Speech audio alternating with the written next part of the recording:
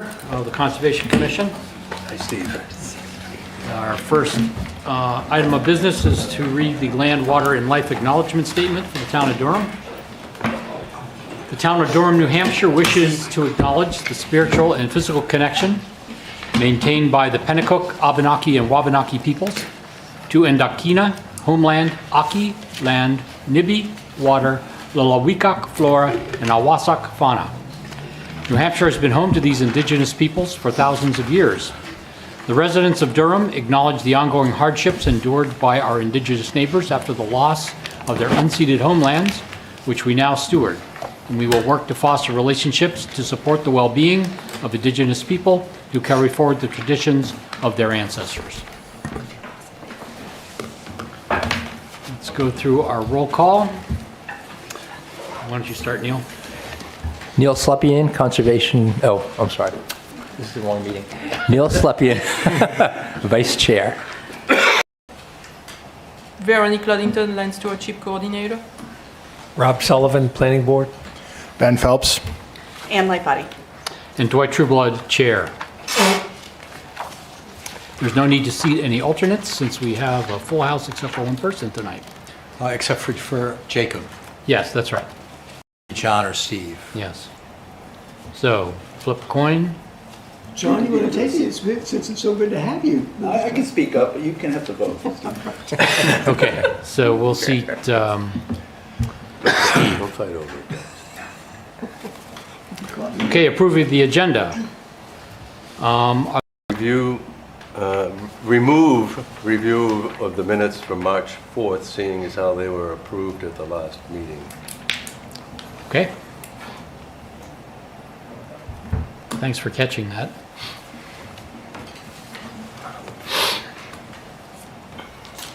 Any other changes to the agenda recommended? So I'd like to move that we approve the agenda as amended to reflect Darrell's observation that we'd already approved the March 4 minutes. All those in favor? Aye. All those opposed? Okay, motion carries unanimously. Okay, now time for public comments. Does anyone have any public comments they would like to make? Please come up to the podium. You have 5 minutes. State where you live and go ahead. Hi, I'm David Hadley at 15 Edgerly Garrison Road. Environmental protections have been a part of New Hampshire for centuries. In 1698, the King extended the Broad Arrow Policy, or the Pine Tree Laws, into New Hampshire. These laws were designed to preserve tall trees in the American colonies for the benefit of the British Royal Navy. It went something like this in 1691. We forbid all. Colonists' response to this was to burn down the forests. Tensions continued, which led to the mass tree riot in New Hampshire in 1736 in Fremont, New Hampshire. In 1772, the tensions continued. This time, the New Hampshire Regiment rallied at the Battle of Bunker Hill.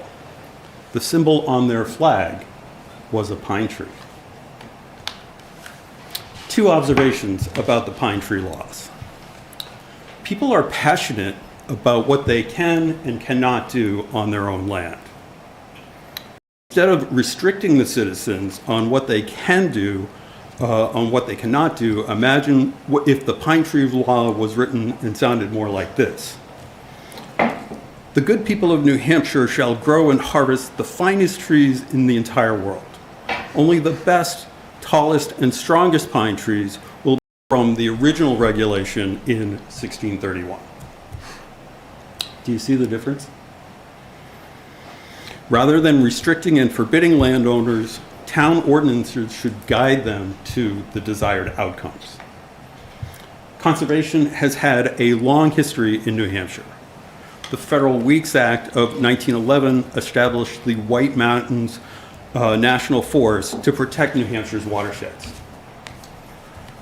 Environmental regulations continue to grow and evolve at both the federal and at the state level.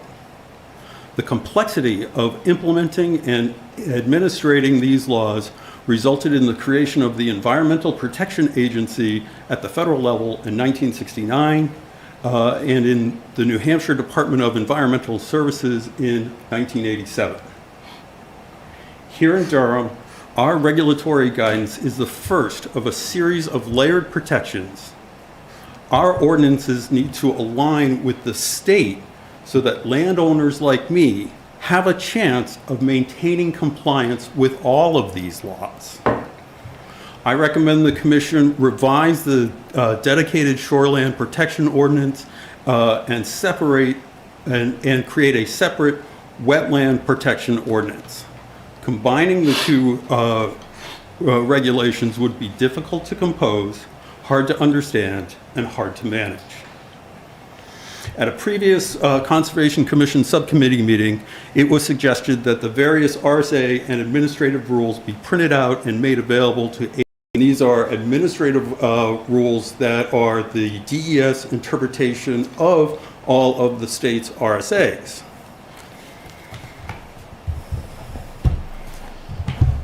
These are the administrative rules for the wetlands. They are different. If we try and combine, it would be really, really complicated. I recommend that we have separate shoreland ordinances and separate wetland ordinances. Thank you very much.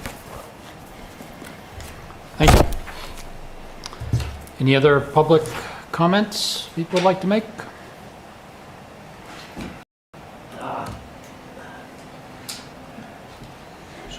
Thank you, Mr. Chairman. I'm Julian Smith. I live at 3 Jedley Drive, which is in the College Brook watershed, and my house is within the proposed new WSOD setback, my entire house. As some of you know, I have suggested your proposed setback requirements, which are going to be discussed tonight, your update, are pretty much one size fits all, and that's not really how things work. I also owned property in the Lamprey River watershed for more than 50 years, and still check on a property, or I'm sorry, a string of beaver ponds I call Bayou, New Hampshire.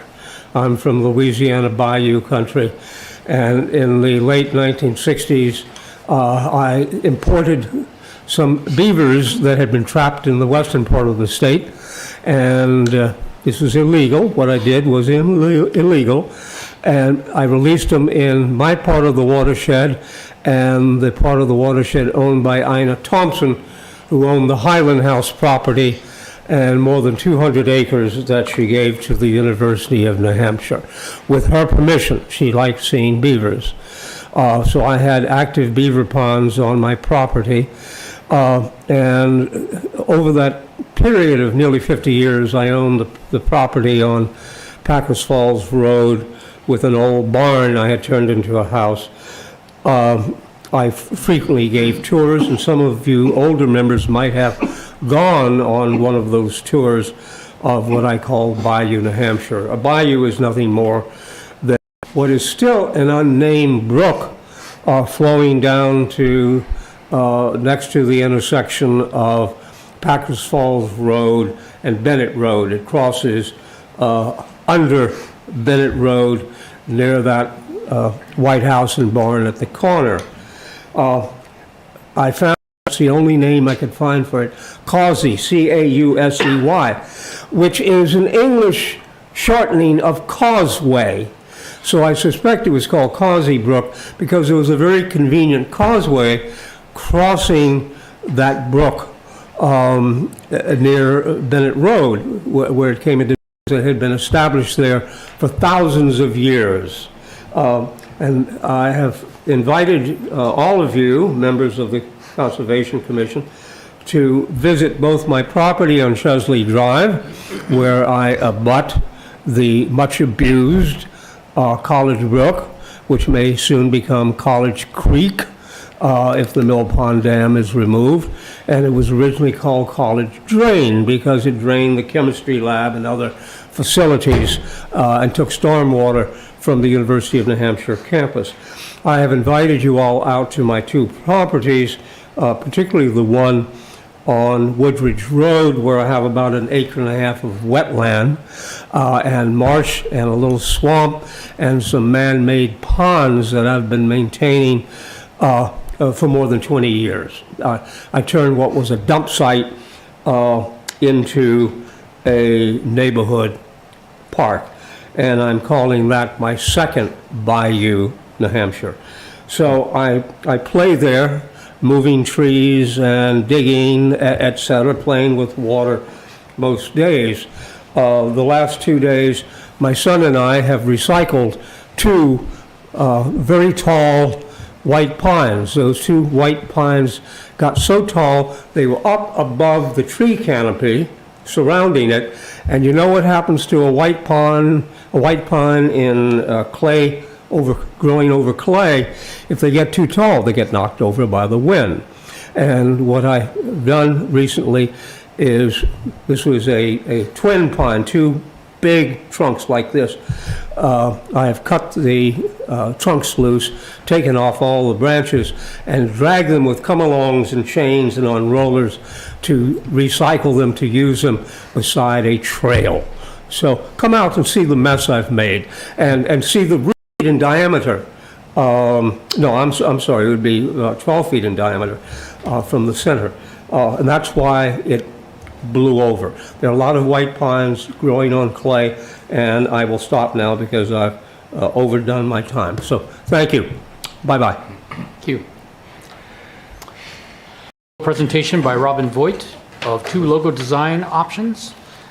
Is there anything you want to say leading up to this, Neil? I do, yes, Okay. thank you. Yeah, just by way of introduction, a couple of months ago, I approached Robin Vogt because I had heard that I knew that he had created a logo for another committee or commission in town, and the idea was to ask Robin to create a logo, a joint logo between Land Stewardship Subcommittee and Conservation Commission to celebrate the natural resources in town that we are charged with protecting. And the general, very rough direction was to include water, fields/meadows,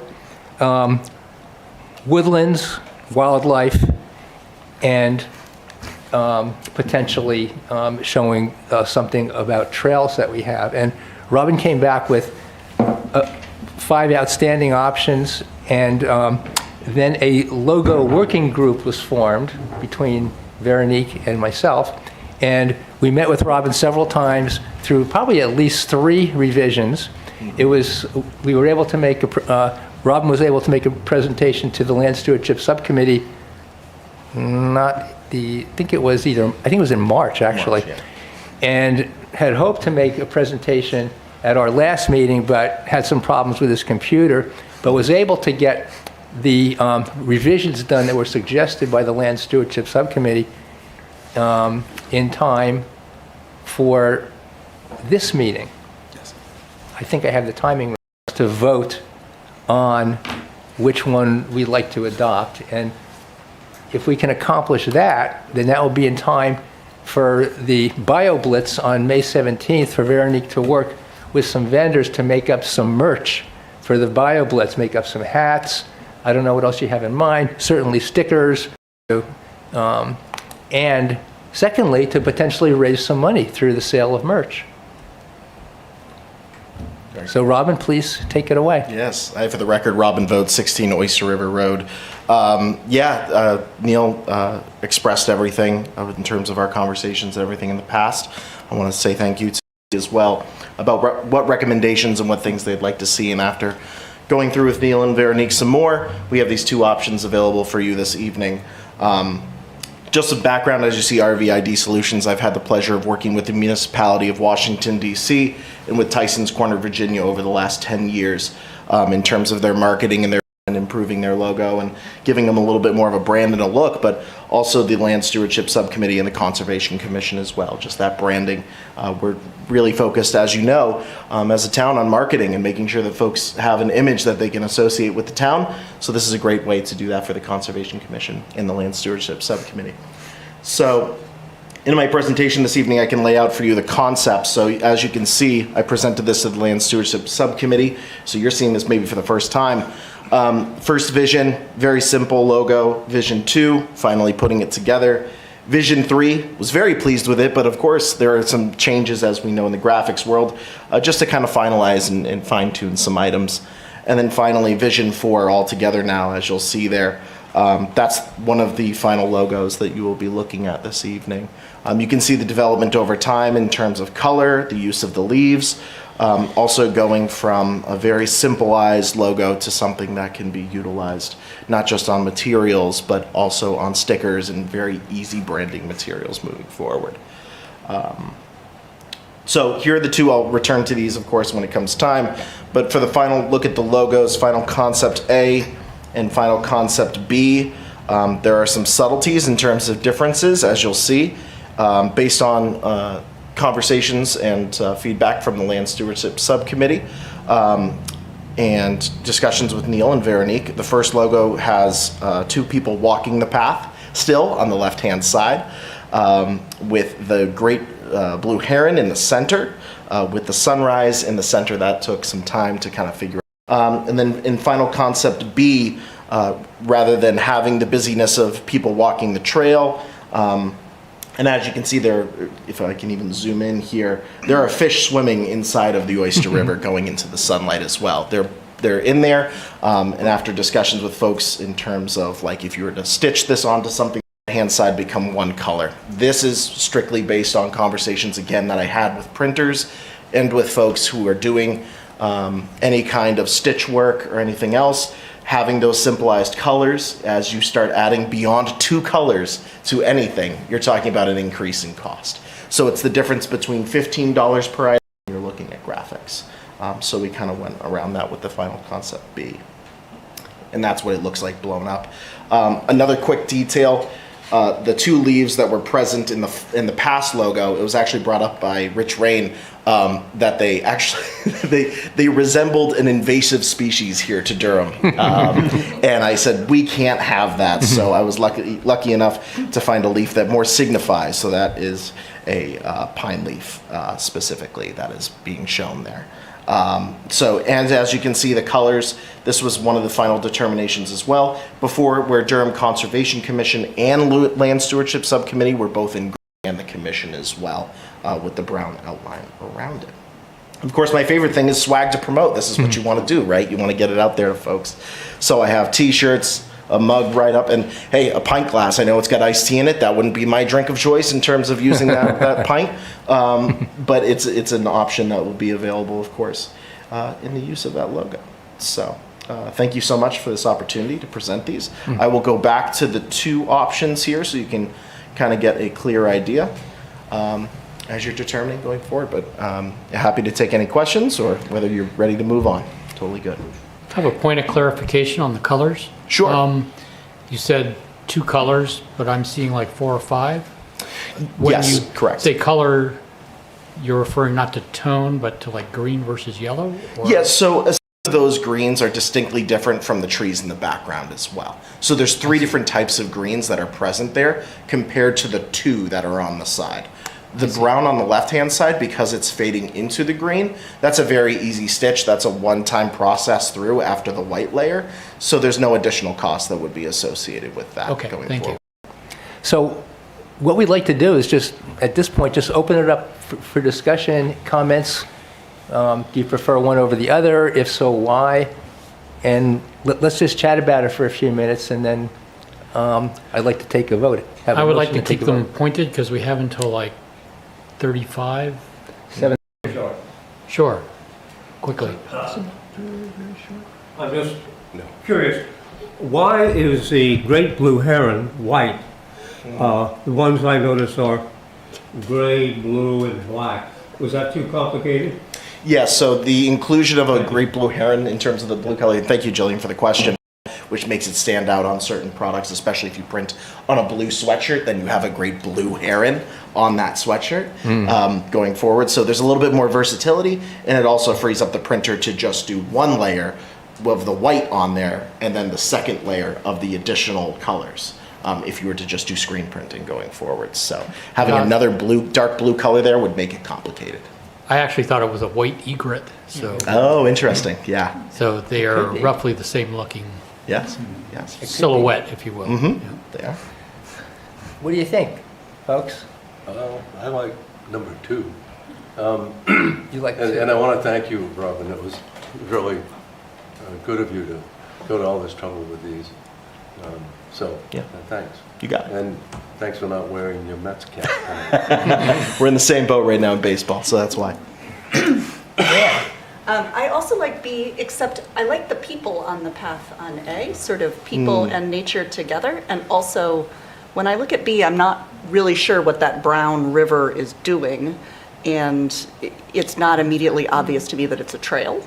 And I think having the people on it helps to convey that it's something to walk on. So, yeah, So you prefer I like B with I people. like B with people. B with people. I do have one question. It looks like the heron or egret Yes. has a shadow behind it, and Yes. especially in the feet, it sort of looks like there's maybe a skeleton of some talons behind it. I didn't.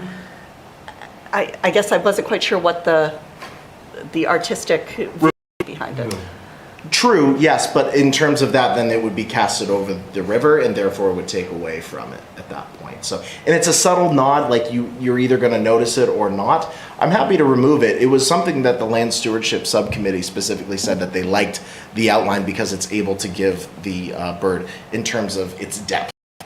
I like it on the wings. To me, it looks a little odd on the feet. Sure. But In terms of printing and in terms of especially on like if you were to get that etched onto a hat, you wouldn't notice it just on the wings. but they're both beautiful. So Oh, thank you so much for your Appreciate you. contribution. Dan? Comment. Also, thank you to me. So I agree with Ann that like it kind of would indicate what that trail looks like, but I think it looks a little better just visually and a quick glance. It really, I think it looks a little better without the people. Any more comments? Questions? Question though, the heron, couldn't we do better like pileated woodpecker or even better, woodcock? How about that? Something that would really say, what is that bird? Do we have that here So in Durham? And, yeah. but I think I'm just mostly I'm joking. But, Oh yeah, no.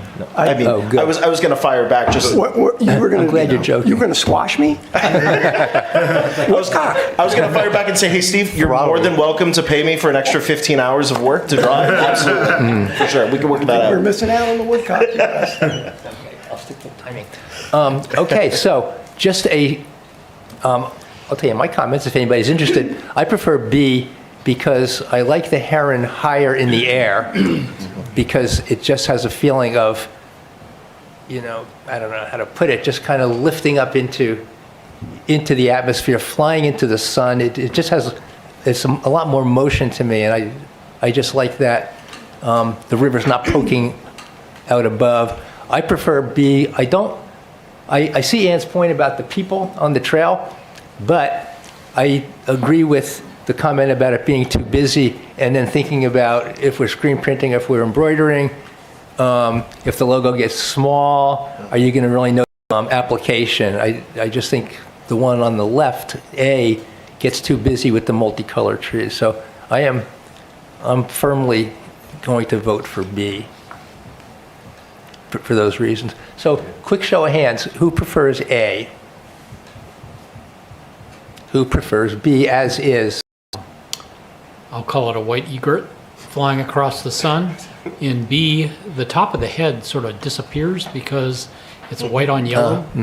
And whereas in A, the black highlight is around the top of the head, Sure. which sort of accents that a little bit more and pulls it out of the overall. I really like B, but that's something maybe to consider to look at that. Yeah, So- and I appreciate that feedback. The screens here are not doing justice in terms of the difference Okay. between the white and the yellow itself. It stands out quite a bit here, and it's much darker. Anything that you're seeing on the screen right now is significantly darker by about 3 or 4 CMYKs than what you're seeing. Okay. Than what's available. So.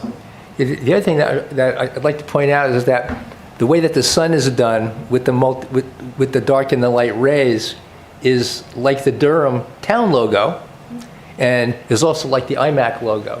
So it kind of ties us in with those as well. So, I mean, my preference is to just vote for a logo and not make any more revisions, because Robin has put already so much time into it already, and there might be small things we'd like to tweak, but in the end, who's really going to, I mean, that's not going to be something which is noticed. This is my feeling. So I'd like to make a motion that we approve concept B as the logo for the Conservation Commission and the Land Stewardship Subcommittee. As is.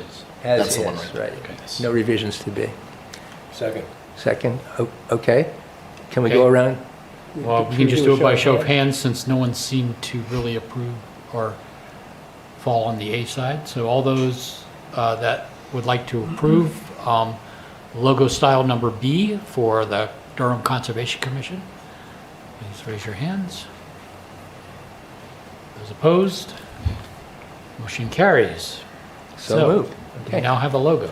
Right, that's great. Thank you. Thanks, Robin. Thank you all. Thank you, Robin. Conservation Commission, and Robin, thank you so much for your outstanding work. You are Absolutely. You're a My rock pleasure. star. What's a CMYK? So in terms of, you're going to have to adjust your C. You're going to have to adjust your yellow in order to darken it. So it's more dye of whatever type. Yeah. Exactly, Yeah, yeah, exactly. okay. And the printers have a totally different use of those Yeah. terms. So, yeah, absolutely. Okay, great. Thank you, you all Robin. so So, much. Thanks, so you Robin. can work with Veronique on the next steps in terms of getting the Oh, files to her and everything? Yes, so finalize. Update. Go ahead, Veronique. I just would like, there is a proposal or a number of proposals that she put out on a two-sided piece of paper, and she also has some budget things that she can Yeah, I think. hand around, so. Yeah, you can pass. Done some invasive spooling at different properties. We had a cleanup at Wagon Hill Farm. That was regarding the dog feces and etc. left all over the place. That was April 12th, and I would just want to commend Wendy Morrow. She's a resident of Dover, I believe. She's not a resident of Durham.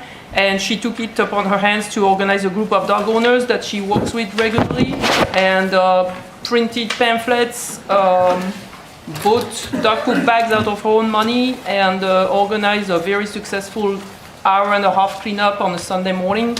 So I just want to give kudos to her and hope it continues in the right direction there. We've done a cleanup and invasive spooling at the Mill Nature Sanctuary.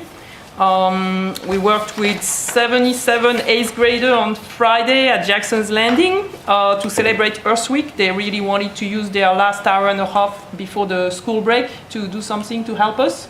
So we did some trail cleanup, picked up a lot of garbage, spread some mulch. We kind of tried to do a bunch of different things there. Very helpful. And on Saturday we worked with the Troop 154 Scouts at Doe Farm. And we mostly cleared trail and pulled some invasives. And I want to mention at the mill cleanup, we had an information booth manned by a group of spring capstone students who were Anne Lightbodies and Will Williams students and did their capstone project on mapping the invasives on UNH land abutting the Oyster River and produced the pamphlet invasives information. And so they designed that brochure, they did mapping, and all their information is also has been put on the website. And we're attending their capstone presentation tomorrow, I believe. So they were very, very helpful. It was great working. Turin Reserve does that, and it's been really successful. And it was actually very successful. It was in the middle of the day at noon on a Thursday. We went to Thompson Forest for the first one. Ted Howard was very gracious. He came with me and shared his forest knowledge, tree knowledge in French also. And so I'm going to repeat that every 3 weeks. I think it's May 7th, and it's going to be at Longmarsh. The BioBlitz registration, I also passed the poster around, is now open through the Durham Parks and Rec registration system. There's posters in neighboring towns, libraries, everywhere I could kind of think of. And I'm also going to be doing 4 pop-up tech help sessions at the Durham Public Library in the next 2 weeks to help people and inform people about how to use the iNaturalist application on your mobile device, and also, you know, help promote the event at the same time. So I think it's a great partnership to work with the library on that. And I'm doing them at different times a day to kind of target different audiences. I'm also looking, I'm going to be talking with Ellen Snyder. So in Newmarket, we really want to try partnering with the budding towns on like Discover Trails walks. You know, it doesn't have to be Discover Durham Trails walk, or we have trails that go from one town to another, like Powder Major, things like that. So we want to see how we can reach a broader audience and maybe also work more collaboratively on other issues like stewardship, like maintenance and things like that. So I'm planning to approach her. She had talked about it last year, and I'm planning to approach her this year and really, you know, try to do something together, and I'll keep you informed. And I'm working with Lee Alexander from the Agriculture Commission to install a beehive or 2 at the Meadows property. So the Meadows is the conservation property across from the mill pond. Lee, as you know, is Mr. Durham beekeeper. He has beehives all over Durham, and that he works with the UNH also. So he's providing all the equipment, and we're just planning to reimburse him for purchasing the bee nucleus for 1 hive, and he's hoping we can get a swarm for the 2nd hive. So I'm really excited. I think we can, you know, do some programming with him for the public, and maybe develop some small signage that we could use at the. Then I passed around this fund request. So I'm asking for the commission to uncommit some of the balances. So the budget, which is up to date, Deb Alstrom printed it for me last week, is behind. In the first column, there were $2,200, which was for Enoch Glidden Trails Accessibility Analysis. That study was actually paid through the town's operating budget. So that amount, those funds can be uncommitted. And also, there's a remnant, $140.31 from July 2019 motion that approved up to $2,000 for materials and permits for Moat Islands Bridge, which that project has long been completed. So these funds, I respectfully ask that these funds be uncommitted. And then a new request from the Conservation Commission Fund. We have been working as at the Land Stewardship Subcommittee level and with a subgroup on updating and redesigning our trailhead information kiosks. And we've talked about signage, and we've worked as a subgroup to talk about contents and what we would like to see on signage, allowed uses, history, natural resources, etc. And we've come to a point where we basically all agreed that we needed to hire a professional graphic designer to help us through this work. So at the last Land Stewardship Subcommittee meeting, I presented a proposal from Brenda Riddell. She owns Graphic Details. It's a graphic design company out of Portsmouth. She is doing, right now she's working with the Town of Rye Conservation Commission to design their signage, and she's designed multiple signage for conservation commissions or land trusts. And the Land Stewardship Subcommittee voted to contract with Brenda Riddell, and what she proposed, so that means she's going to work with us to design and produce a sign, a trailhead sign for Doe Farm, because that's the first one we decided to work on, and we've already put a lot of work into trying to figure what we want as content. But she's also going to provide us the design concept. She's also going to provide us with all the concept files and the templates, so we can, down the road, use the templates for minimal cost. That would be for volunteer work, and input the information we want to do the kiosk for the other properties.